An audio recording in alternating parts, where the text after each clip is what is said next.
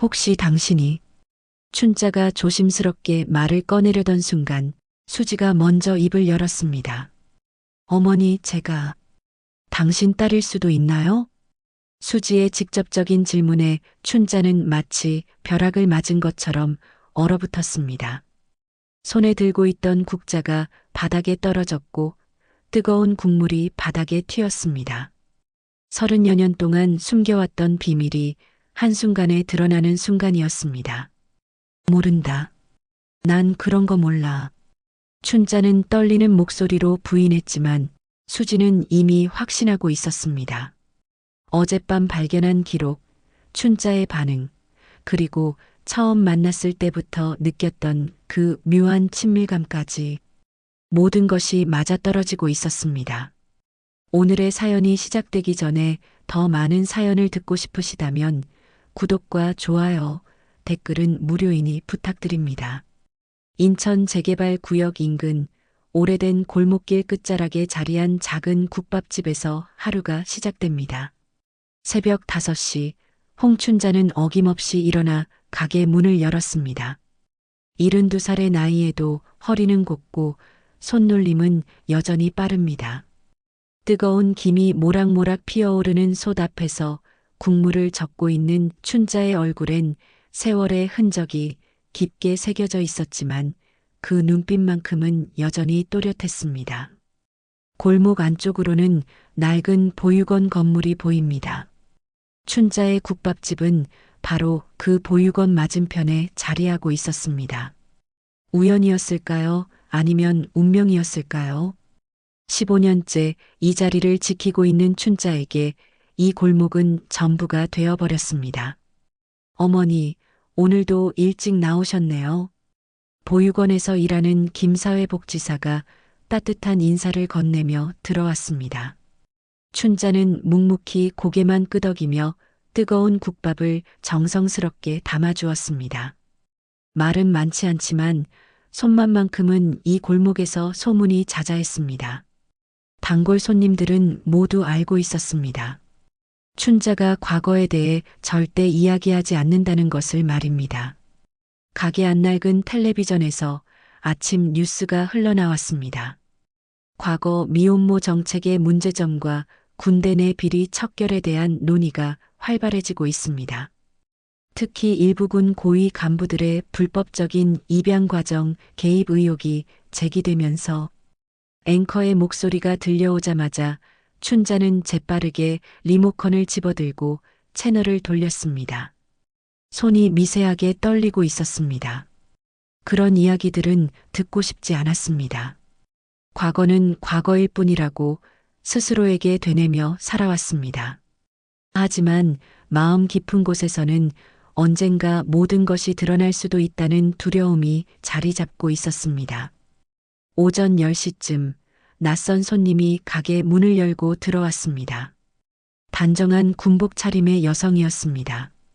어깨에 달린 계급장을 보니 중령이었습니다. 이수지 중령, 33살의 그녀는 성실함이 얼굴에 그대로 드러나는 사람이었습니다. 최근 군 내부 인권조사단으로 발탁되어 중요한 임무를 맡게 되었지만 오늘은 잠깐 개인적인 시간을 내어 이곳에 왔습니다. 국밥 한 그릇 주세요. 수지의 정중한 목소리에 춘자는 고개를 들었습니다. 그 순간 춘자의 마음속에서 무언가가 요동쳤습니다. 처음 보는 얼굴인데도 어딘가 낯익은 느낌이었습니다. 특히 수지의 눈매와 코끝, 그리고 말하는 방식까지도 묘하게 익숙했습니다. 춘자는 잠시 멈칫했지만 곧 정신을 차리고 국밥을 끓이기 시작했습니다. 수지는 어릴 때 보육원에서 지내다가 좋은 양부모를 만나 입양되었습니다. 해외에서 군 복무를 하던 양아버지와 간호사였던 양어머니 덕분에 좋은 교육을 받을 수 있었고 지금의 자리까지 올 수 있었습니다. 양부모에게는 늘 감사한 마음을 품고 있었지만 자신의 뿌리에 대한 궁금증을 완전히 지울 수는 없었습니다. 여기 국밥입니다. 춘자가 조심스럽게 그릇을 내려놓으며 말했습니다. 춘자의 손이 미세하게 떨리는 것을 수지는 눈치챘지만 연세가 많으시니 당연한 일이라고 여겼습니다. 수지는 한 숟가락 떠서 입에 넣었습니다.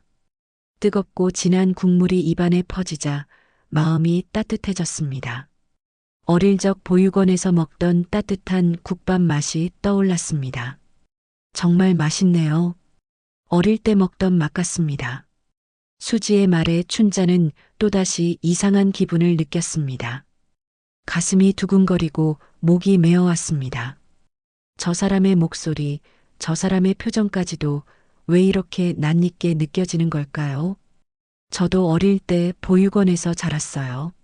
수지의 고백에 춘자의 손이 더욱 떨렸습니다. 설마, 정말 설마일까요? 하지만 춘자는 그런 생각을 애써 떨쳐내려 했습니다. 과거를 묻지 않고 살아온 세월이 벌써 수십 년입니다. 지금 와서 흔들릴 수는 없었습니다. 수지는 국밥을 다 먹고 자리에서 일어섰습니다. 잘 먹었습니다. 다음에 또 올게요. 수지가 문을 나서는 뒷모습을 바라보던 춘자는 오래도록 그 자리에 서 있었습니다. 군복을 입은 늠름한 모습이었지만 춘자의 눈에는 30여 년 전 자신의 품에 안겨있던 그 작은 아기의 모습이 겹쳐 보였습니다. 그날 저녁 춘자는 혼자 가게 정리를 하며 깊은 생각에 잠겼습니다. 오늘 온 그 여군의 얼굴이 자꾸 떠올랐습니다. 특히 어릴 때 먹던 맛 같다는 말과 보육원에서 자랐다는 고백이 계속 머릿속을 맴돌았습니다. 혹시 정말로 그 아이일까요? 하지만 춘자는 고개를 저었습니다. 그런 생각은 하지 말자고 스스로에게 다짐했습니다. 하지만 가슴 깊은 곳에서는 30여 년 동안 꽁꽁 얼려두었던 모성애가 조금씩 녹아내리기 시작하고 있었습니다. 수지는 군 내부 인권조사단 사무실로 돌아와 책상에 앉았습니다. 하지만 머릿속에는 아까 그 국밥집 할머니의 얼굴이 계속 떠올랐습니다. 왜 그렇게 낯익은 느낌이었을까요? 수지는 고개를 저으며 업무에 집중하려 했습니다. 수지야, 이거 좀 봐.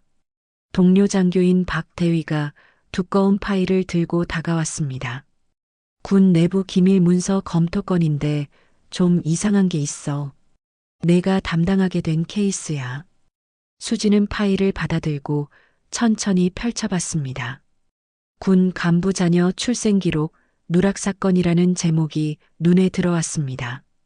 1990년대 초반부터 2000년대까지의 군 고위 간부들과 관련된 출산, 입양 기록들이 정리되어 있었습니다. 이게 뭐야? 왜 군에서 입양 기록을 관리하고 있는 거지? 그게 문제야. 일부 군 고위층들이 개인적인 사정으로 대리 출산이나 비공식 입양 과정에 개입했다는 의혹이 있어. 그런데 관련 서류들이 제대로 관리되지 않아서 지금 문제가 되고 있는 거야. 수지는 서류를 더 자세히 들여다봤습니다. 그런데 그 순간 자신의 심장이 빠르게 뛰기 시작했습니다. 서류 한 페이지에서 자신과 유사한 입양 번호를 발견했기 때문입니다. A-1992만 315-33이라는 코드가 적혀 있었는데 수지 자신의 입양 번호는 A-1992만 315-34였습니다. 이 번호 하루 차이네. 수지는 혼잣말을 중얼거렸습니다. 같은 날짜, 연속된 번호. 이것이 단순한 우연일까요? 수지는 더 자세한 내용을 찾아보려 했지만 해당 페이지 이후의 기록들은 모두 누락되어 있었습니다. 같은 시각 보육원에서는 급작스러운 소동이 벌어지고 있었습니다. 오후 2시쯤 한 남성이 보육원을 찾아와 원장실 문을 두드렸습니다. 안녕하세요. 과거 이곳에서 이루어진 입양 과정에 대해 민원을 제기하러 왔습니다. 보육원장은 당황스러운 표정을 지었습니다. 민원이라고 하시면 90년대 초반 일부 불법적인 입양 과정이 있었다는 제보를 받았습니다. 특히 군 관련 인사들과의 연결고리가 있었다는 내용입니다. 보육원장의 얼굴이 창백해졌습니다. 그런 일은 저희가 알 바가 아닙니다. 모든 입양 과정은 합법적으로 이루어졌습니다. 하지만 남성은 포기하지 않았습니다. 관련 서류들을 확인해 보고 싶습니다. 시민의 알 권리니까요. 그날 저녁 보육원장은 서둘러 춘자의 국밥집으로 향했습니다.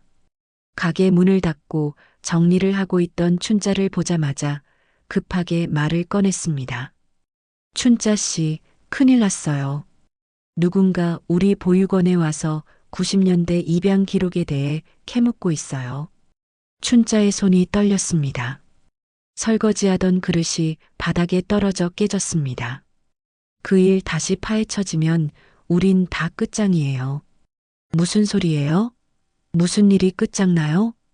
춘자는 일부러 모르는 척했지만 가슴은 두려움으로 가득 찼습니다. 30여 년 전 생계를 위해 어쩔 수 없이 선택했던 그 일이 다시 수면 위로 떠오르는 건 아닐까요? 춘자 씨도 아시잖아요. 그때 일들을 군 고위층 분들이 개입했던 그 일들 말이에요.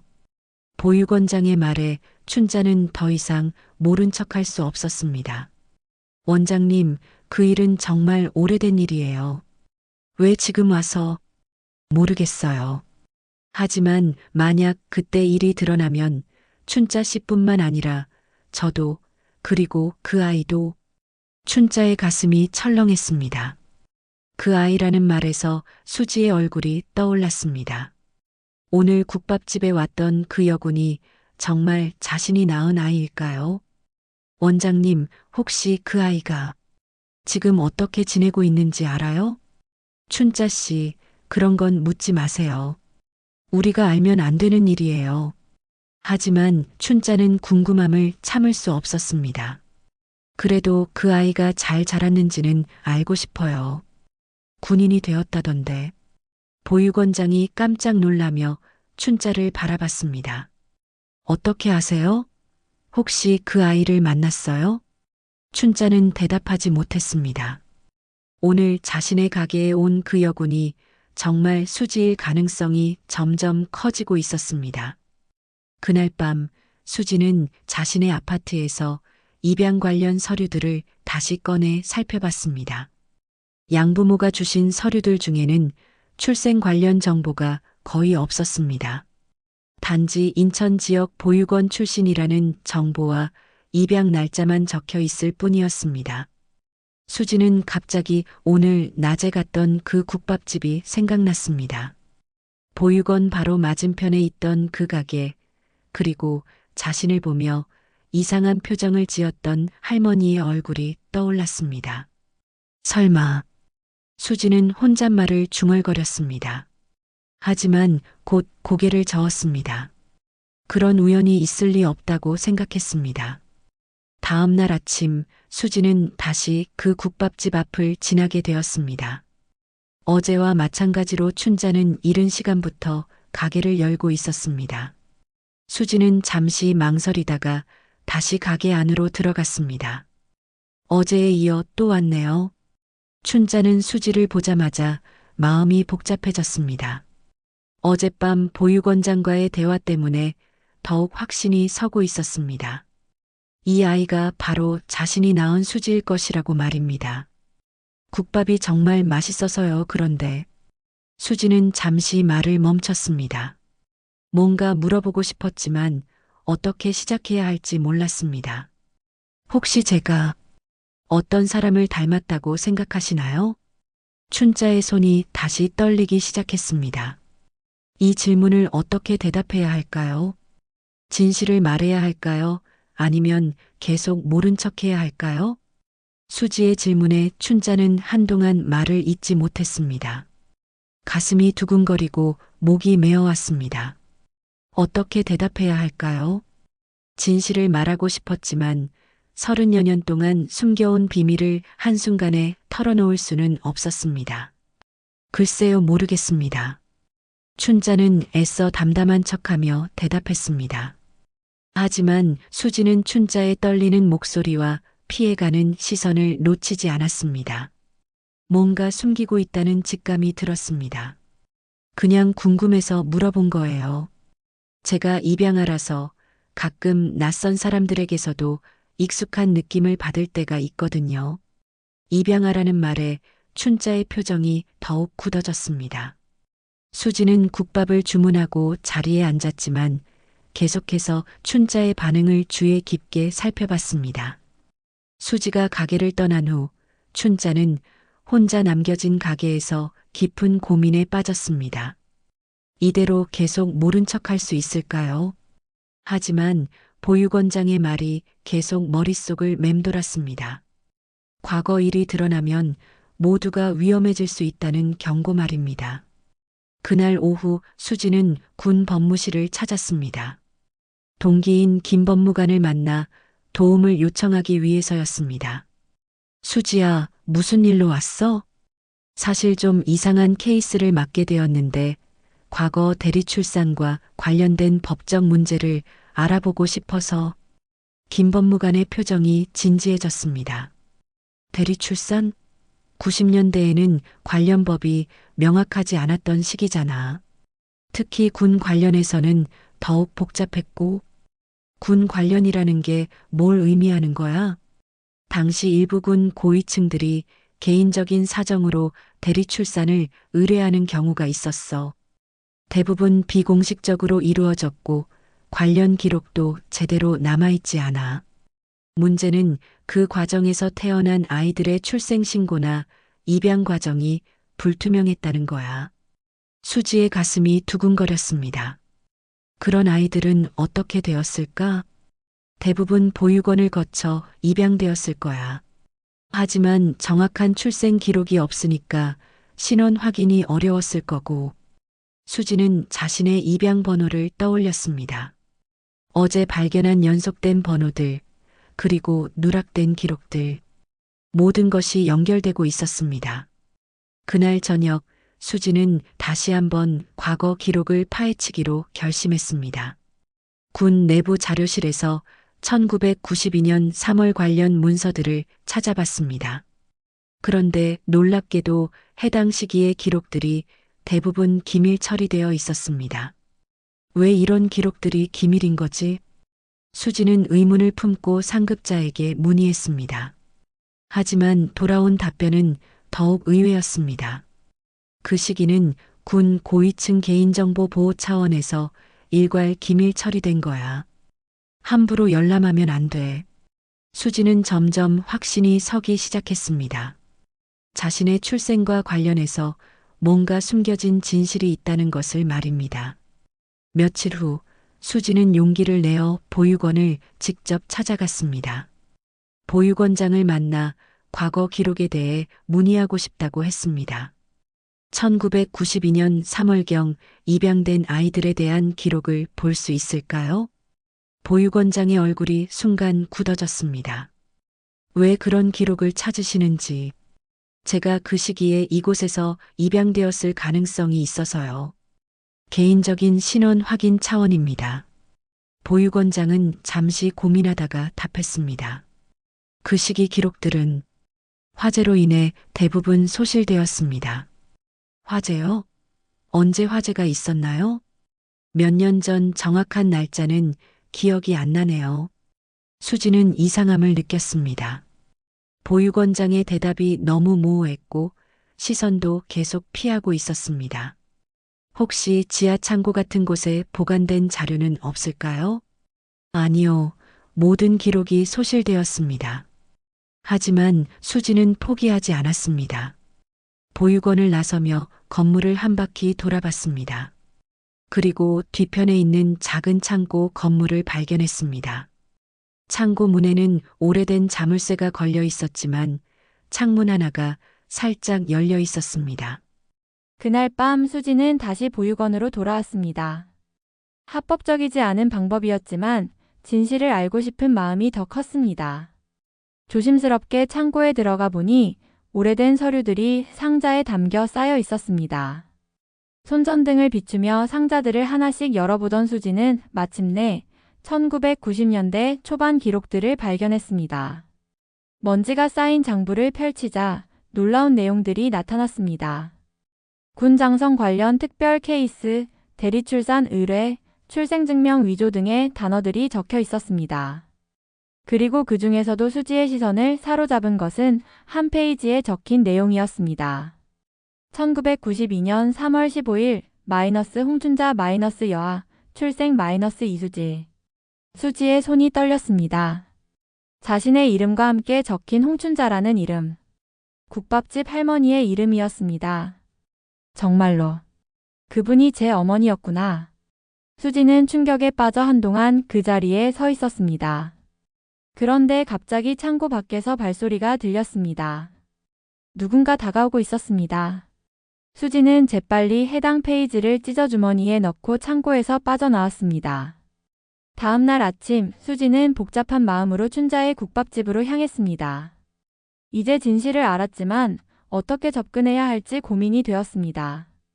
춘자도 분명 자신을 알아봤을 텐데 왜 모른 척하고 있는 걸까요? 어머니 안녕하세요.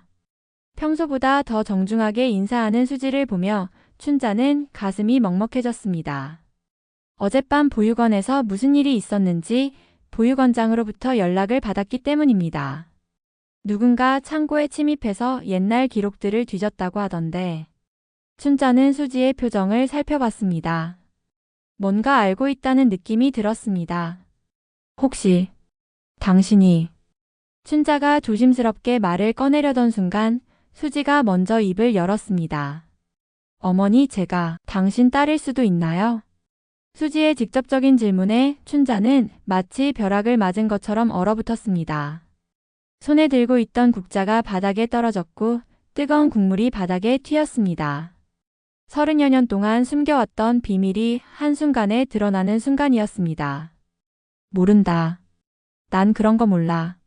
춘자는 떨리는 목소리로 부인했지만 수지는 이미 확신하고 있었습니다. 어젯밤 발견한 기록, 춘자의 반응, 그리고 처음 만났을 때부터 느꼈던 그 묘한 친밀감까지 모든 것이 맞아떨어지고 있었습니다. 어머니, 저는 1992년 3월 15일에 태어났어요. 그리고 제 입양 기록에는 홍춘자라는 이름이 적혀 있었습니다.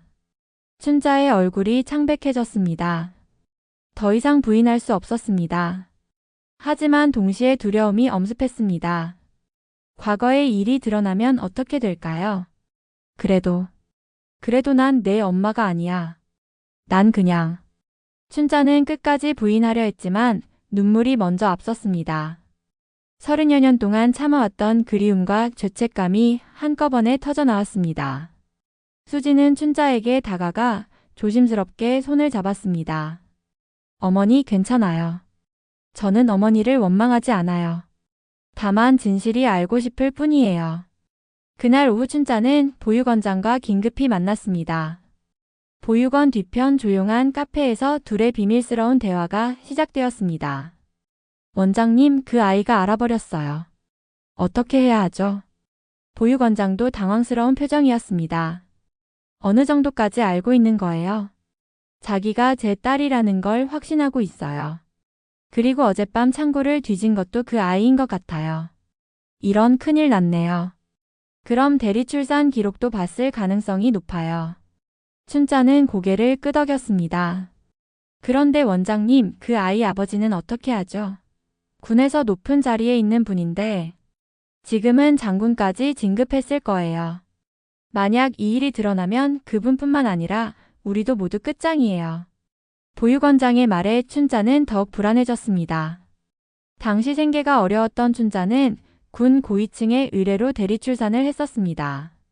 하지만 아이가 태어난 후 의뢰인 측에서 갑자기 마음을 바꿔 아이를 데려가지 않았습니다. 결국 춘자는 어쩔 수 없이 수지를 보육원에 맡길 수밖에 없었습니다. 당시 그분이 왜 갑자기 마음을 바뀐 거였을까요? 아마 부인이 알게 되었거나 아니면 군 내부에서 문제가 될까봐 겁을 먹었을 거예요. 어쨌든 우리는 그 아이를 떠맡게 되었고 춘자는 그날의 기억을 떠올렸습니다. 갓 태어난 수지를 품에 안고 보육원으로 향하던 그 길이 얼마나 가슴 아팠는지 지금도 생생했습니다. 그날 저녁 수지는 자신의 아파트에서 혼자 깊은 생각에 잠겼습니다. 춘자가 자신의 어머니라는 것을 확신했지만 여전히 풀리지 않는 의문들이 많았습니다. 대리출산이라면 생물학적 아버지는 누구일까요? 그리고 왜 춘자는 자신을 키우지 못했을까요? 수지는 다시 한번 보육원 창고에서 가져온 기록을 자세히 살펴봤습니다. 그런데 그 종이 뒷면에 작은 글씨로 무언가가 적혀 있는 것을 발견했습니다. 미안하다. 너를 안고 싶었지만 그럴 수 없었단다. 언젠가 다시 만날 수 있기를 바란다. 마이너스 엄마가. 짧은 편지였지만 춘자의 진심이 고스란히 담겨 있었습니다. 수지는 눈물을 참을 수 없었습니다. 어머니도 자신을 포기하고 싶지 않았다는 것을 알 수 있었습니다.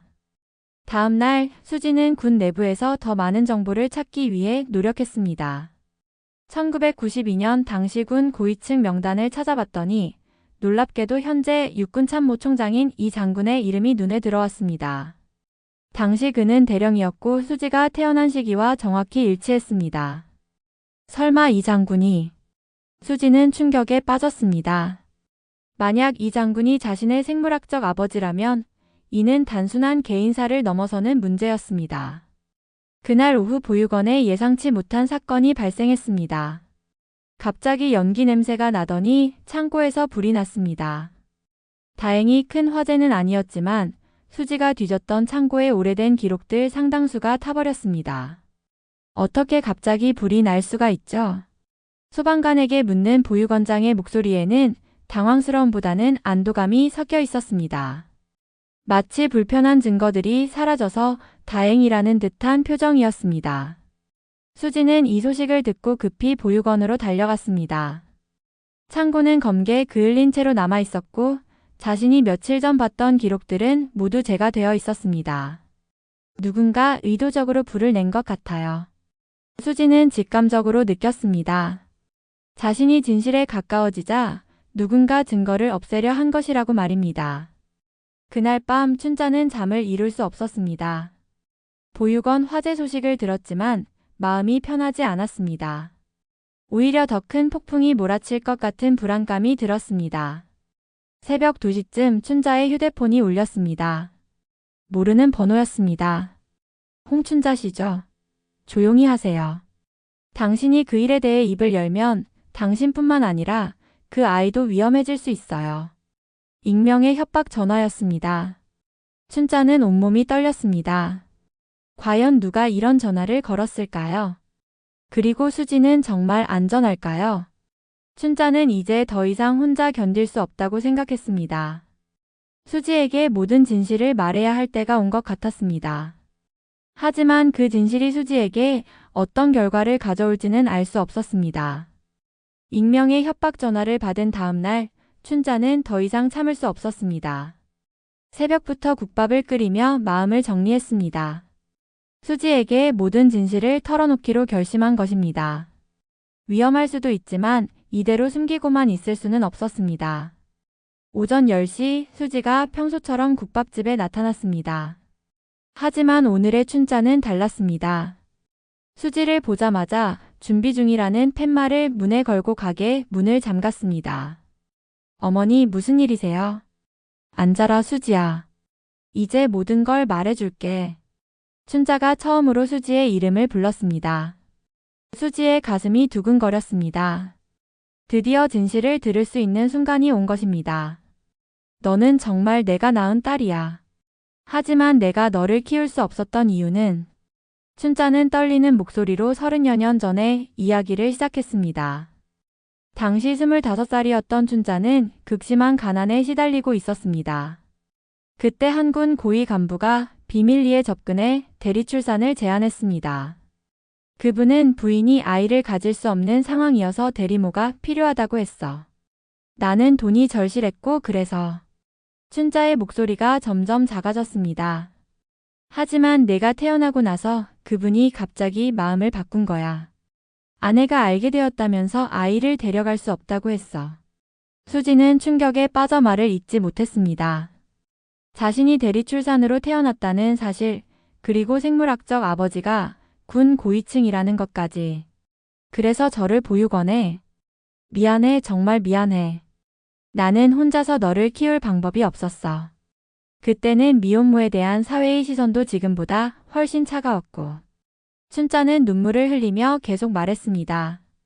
하지만 난 단 하루도 너를 잊은 적이 없어. 그래서 이 보육원 앞에 가게를 차린 거야. 혹시 너를 볼 수 있을까 해서. 수지도 눈물이 났습니다. 어머니가 자신을 버린 것이 아니라 어쩔 수 없는 상황이었다는 것을 알게 되었습니다. 어머니, 그럼 제 생물학적 아버지는 누구예요? 춘자는 잠시 망설였습니다. 하지만 이미 모든 것을 털어놓기로 마음먹었으니 끝까지 말해야 했습니다.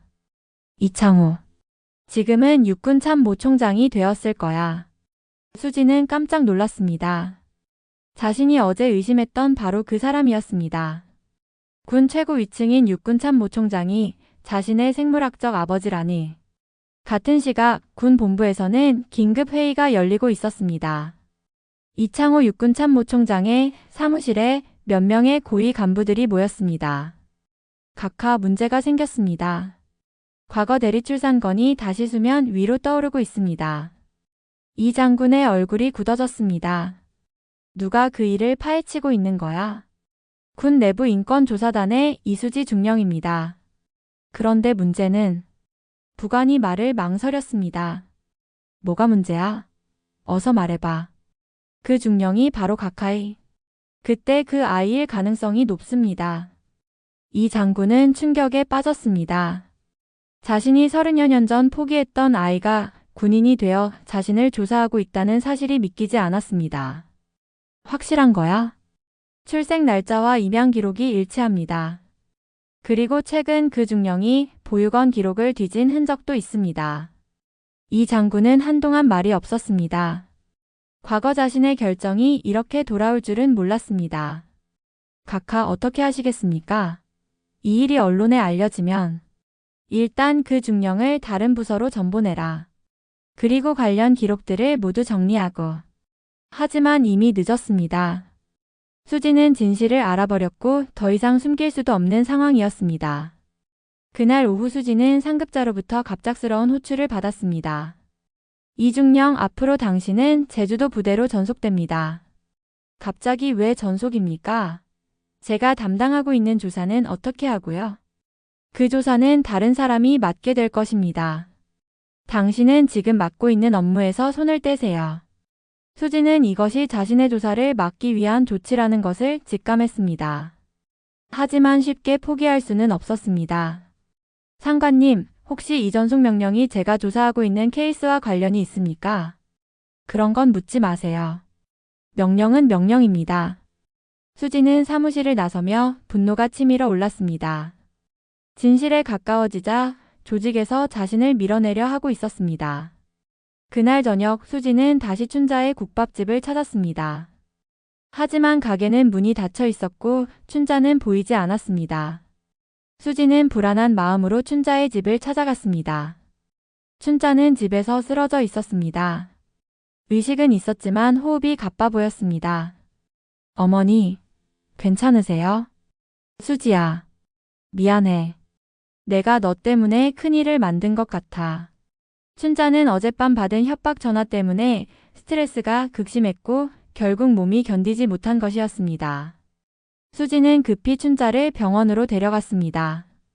병원에서 춘자는 의식을 잃은 채 중얼거렸습니다. 우리 수지, 미안해. 엄마가 지켜주지 못해서. 수지는 춘자의 손을 꼭 잡고 있었습니다.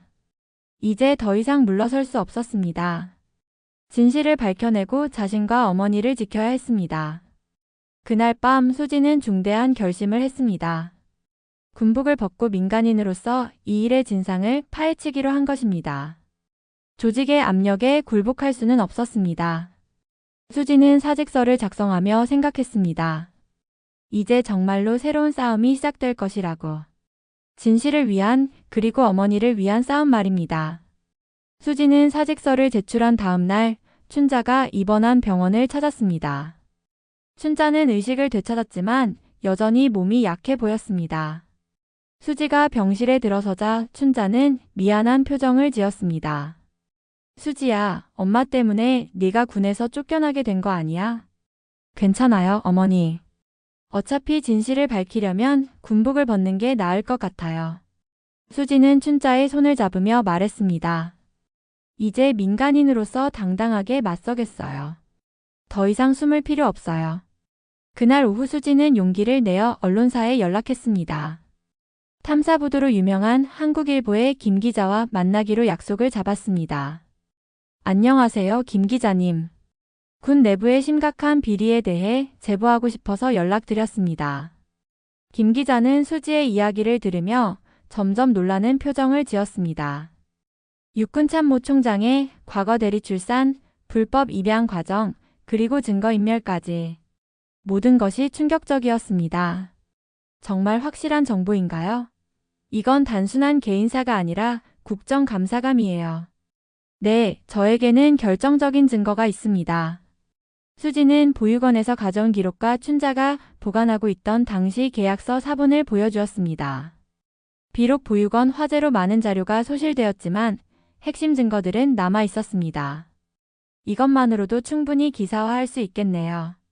하지만 상대가 육군 참모총장이라 신중하게 접근해야 할 것 같습니다. 김 기자는 수지에게 조금 더 시간을 달라고 했습니다. 추가 취재와 사실 확인이 필요했기 때문입니다.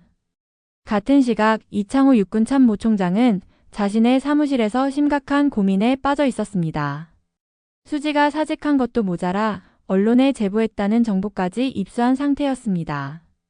각하 어떻게 하시겠습니까? 이 상황이 언론에 터지면 군 전체의 신뢰도가 땅에 떨어질 수 있습니다.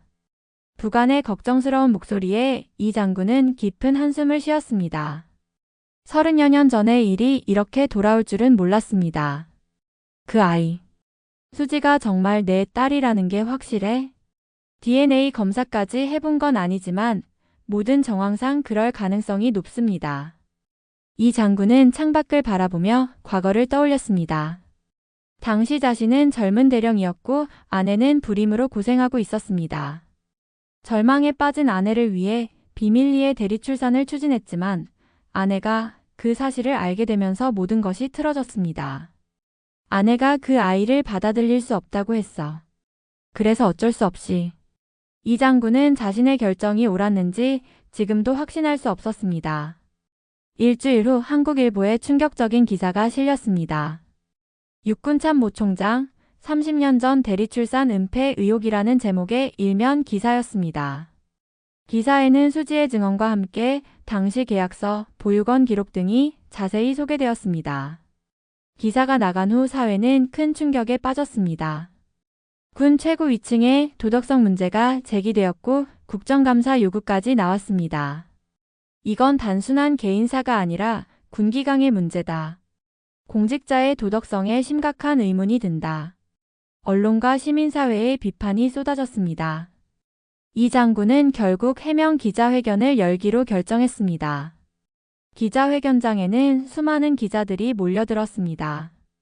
이 장군은 단상에 서서 떨리는 목소리로 말을 시작했습니다. 국민 여러분께 송구스러운 마음으로 이 자리에 섰습니다. 그는 30년 전의 일을 모두 시인했습니다. 대리출산 의뢰, 그리고 아이를 포기한 것까지 모든 것을 털어놓았습니다. 당시 젊은 나이에 잘못된 판단을 했습니다. 특히 그 아이에게는 아버지로서 할 도리를 다하지 못했습니다. 기자회견을 지켜보던 수지는 복잡한 마음이었습니다. 원망스러우면서도 한편으로는 진실을 인정하는 그의 모습에서 용기를 느꼈습니다. 하지만 이제라도 제가 할 수 있는 일이 있다면 최선을 다하겠습니다. 그 아이와 그 어머니에게 사과드리고 싶습니다. 이 장군의 기자회견 이후 국정감사가 열리게 되었습니다. 수지는 국회 증인으로 출석하게 되었습니다. 국정감사장에 서는 순간 수지는 떨렸습니다. 하지만 곧 마음을 다잡았습니다. 진실을 말해야 했습니다. 저는 이 일을 개인적인 원망으로 시작한 게 아닙니다. 군 내부의 비리를 척결하고 같은 일이 반복되지 않기를 바라는 마음에서입니다. 수지의 증언은 차분하면서도 설득력이 있었습니다. 국정감사를 지켜보던 국민들은 수지의 용기에 감동받았습니다. 특히 저와 같은 처지의 아이들이 더 이상 생기지 않기를 바랍니다. 모든 아이들은 사랑받을 권리가 있습니다. 국정감사가 끝난 후 이 장군은 모든 직책에서 사임했습니다. 그리고 수지에게 개인적으로 만나자고 요청했습니다. 며칠 후 조용한 카페에서 생물학적 아버지와 딸이 마주 앉았습니다. 어색한 침묵이 흘렀습니다. 미안하다. 정말 미안하다. 이 장군의 첫 마디였습니다. 수지는 그의 진심 어린 사과를 받아들였습니다. 저는 아버지를 원망하지 않아요. 다만 앞으로는 책임감 있게 살아가셨으면 해요. 두 사람의 만남은 화해로 끝났습니다. 비록 늦었지만 진실이 밝혀진 것만으로도 의미가 있었습니다. 이창호 전 육군 참모총장과의 만남이 끝난 지 한 달 후 수지는 새로운 삶을 준비하고 있었습니다. 군복을 벗은 후 인권 변호사가 되기 위해 법무법인에서 일하기 시작했습니다. 특히 입양 아동들의 권익 보호에 집중하기로 마음먹었습니다. 춘자는 병원에서 퇴원한 후 건강을 많이 회복했습니다. 하지만 국밥집은 여전히 문을 닫은 상태였습니다. 언론의 관심이 집중되면서 조용한 일상을 되찾기 어려웠기 때문입니다. 어머니, 이제 다시 국밥집을 여시는 게 어때요? 수지가 춘자에게 제안했습니다. 하지만 춘자는 고개를 저었습니다. 아직은 힘들 것 같아. 사람들 시선도 부담스럽고. 그럼 새로운 곳에서 다시 시작해 보시는 건 어때요?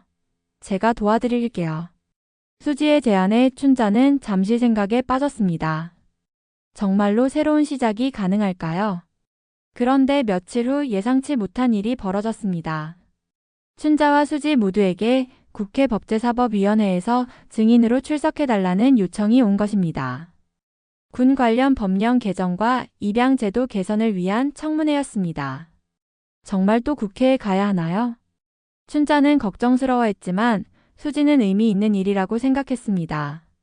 어머니, 우리 같은 일이 다시 생기지 않도록 법을 바꾸는 거예요. 꼭 필요한 일이에요. 청문회 당일 춘자와 수지는 나란히 증인석에 앉았습니다. 30여 년 만에 모녀가 함께 공식적인 자리에 서는 순간이었습니다. 증인께서는 당시 대리출산을 하게 된 경위를 말씀해 주시겠습니까? 국회의원의 질문에 춘자는 떨리는 목소리로 답했습니다. 당시 저는 생계가 매우 어려웠습니다.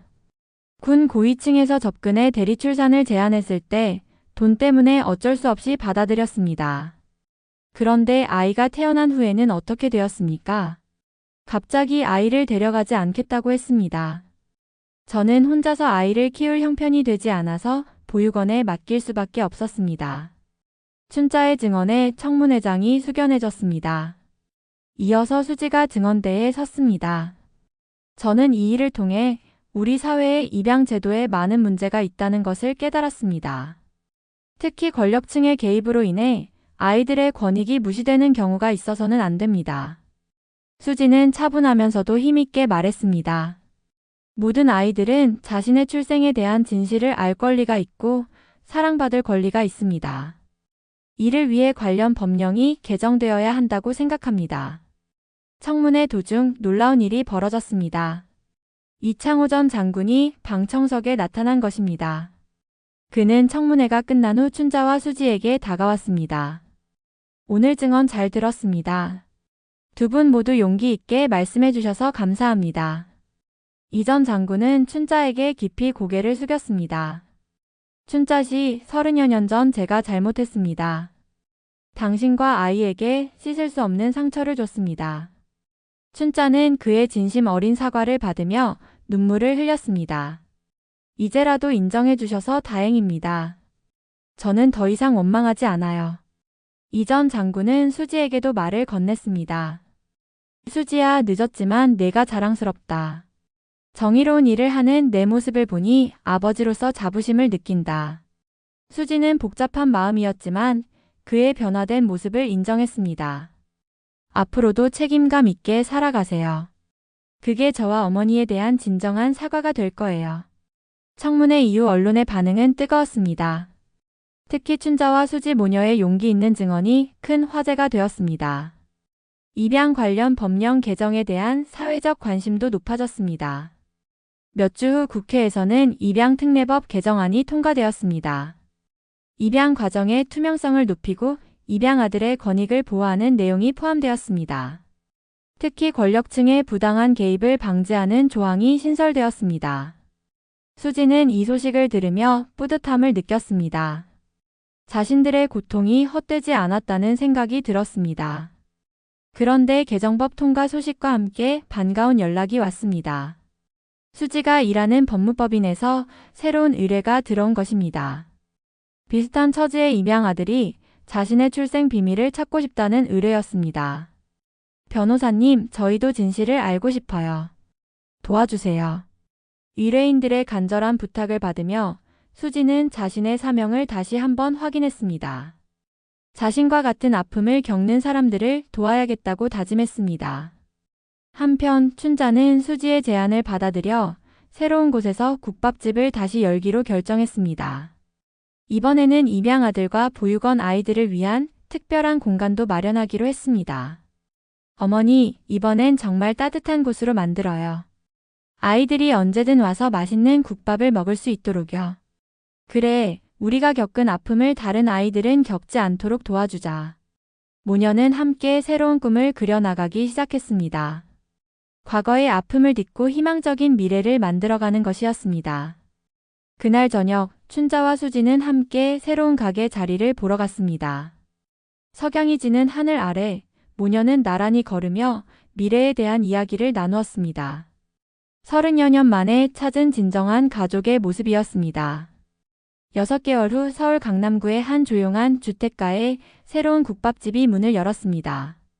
따뜻한 집이라는 이름의 이 가게는 겉보기에는 평범한 국밥집이었지만 특별한 의미가 담겨 있었습니다. 어머니, 오늘 개업인데 떨리시죠? 수지가 앞치마를 두르며 춘자에게 말했습니다. 춘자는 환한 미소를 지으며 대답했습니다. 떨리긴 하지만 기대도 돼. 이번엔 정말 다를 거야. 가게 한편에는 작은 도서관과 상담실이 마련되어 있었습니다. 입양아들과 보육원 출신 청년들이 언제든 찾아와 따뜻한 국밥 한 그릇과 함께 마음의 위로를 받을 수 있는 공간이었습니다. 개업 첫날 예상치 못한 손님들이 찾아왔습니다. 먼저 이창호 전 장군이 나타났습니다. 그는 손에 꽃다발을 들고 조심스럽게 가게 안으로 들어왔습니다. 춘자씨, 수지야, 개업을 축하합니다. 이 전 장군은 많이 변해 있었습니다. 권위적이던 모습은 사라지고 한 명의 아버지로서 겸손한 자세를 보였습니다. 앞으로 이곳이 많은 사람들에게 힘이 되는 곳이 되길 바랍니다. 춘자는 그를 따뜻하게 맞아주었습니다. 감사합니다. 함께 국밥 한 그릇 드시죠. 이어서 보육원에서 자란 젊은이들이 하나둘 찾아왔습니다. 수지의 이야기를 듣고 용기를 얻은 사람들이었습니다. 변호사님, 저희도 도움을 받을 수 있을까요? 물론이에요. 이곳은 여러분 모두를 위한 공간이에요. 수지는 이들을 환영하며 상담실로 안내했습니다. 이곳에서 수지는 무료 법률 상담을 제공하고 출생 비밀을 찾는 일을 도와주기로 했습니다. 한 달이 지나자 따뜻한 집은 동네에서 소문난 맛집이 되었습니다. 하지만 더 중요한 것은 이곳을 찾는 특별한 손님들이었습니다. 입양아들, 보육원 출신 청년들, 그리고 가족을 찾고 있는 사람들이 모여들었습니다. 여기 국밥집이지만 국밥보다 더 중요한 걸 주는 곳이에요. 단골 손님 중 한 명이 말했습니다. 마음에 따뜻함을 주는 곳이죠. 어느 날 저녁 특별한 손님이 찾아왔습니다. 20살 정도 되어 보이는 젊은 여성이었습니다. 혹시 이수지 변호사님 계시나요? 네, 저예요. 무슨 일이시죠? 저도 입양아인데요. 제 이야기를 언론에서 봤어요. 저도 도움을 받을 수 있을까요? 수지는 그녀를 상담실로 안내했습니다. 젊은 여성의 이름은 김민지였습니다. 그녀도 수지와 비슷한 시기에 같은 보육원에서 입양되었다고 했습니다. 혹시 1992년 3월경에 입양되셨나요? 네, 정확히 3월 16일이었어요. 수지는 깜짝 놀랐습니다. 자신과 하루 차이였습니다. 어쩌면 보육원 창고에서 봤던 연속된 번호의 주인일지도 모릅니다. 며칠 후 수지는 민지와 함께 과거 기록을 찾아보기 시작했습니다. 비록 화재로 많은 자료가 소실되었지만 다른 곳에 보관된 기록들을 통해 단서를 찾을 수 있었습니다. 민지 씨, 어쩌면 우리가 함께 보육원에 있었을지도 몰라요. 정말요? 그럼 우리가 자매처럼 지냈을 수도 있겠네요. 두 사람은 함께 진실을 찾아가며 깊은 우정을 나누게 되었습니다.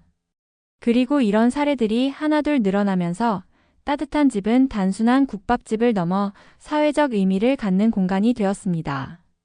어느 따뜻한 봄날, 수지는 보육원 앞 벤치에 앉아 아이들에게 책을 읽어주고 있었습니다. 30여 년 전 자신이 그곳에서 나왔듯이 이제는 다른 아이들에게 희망을 주는 사람이 되었습니다. 아이들아, 여러분은 모두 소중한 존재예요.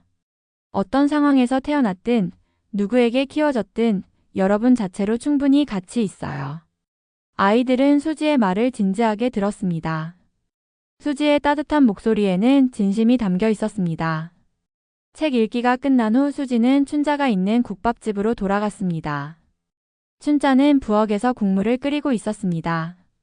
어머니, 오늘은 내가 끓일게요. 아직 내 손맛은 내 것만 못해. 춘자가 웃으며 대답했습니다. 하지만 기꺼이 자리를 비켜주었습니다. 수지가 국물을 젓고 있는 동안 춘자는 딸의 모습을 흐뭇하게 바라봤습니다. 30여 년 전 어쩔 수 없이 보낸 그 작은 아기가 이렇게 훌륭한 사람으로 자란 것이 자랑스러웠습니다. 수지야, 엄마가 널 자랑스럽게 생각한다는 거 알지? 저도 어머니가 자랑스러워요.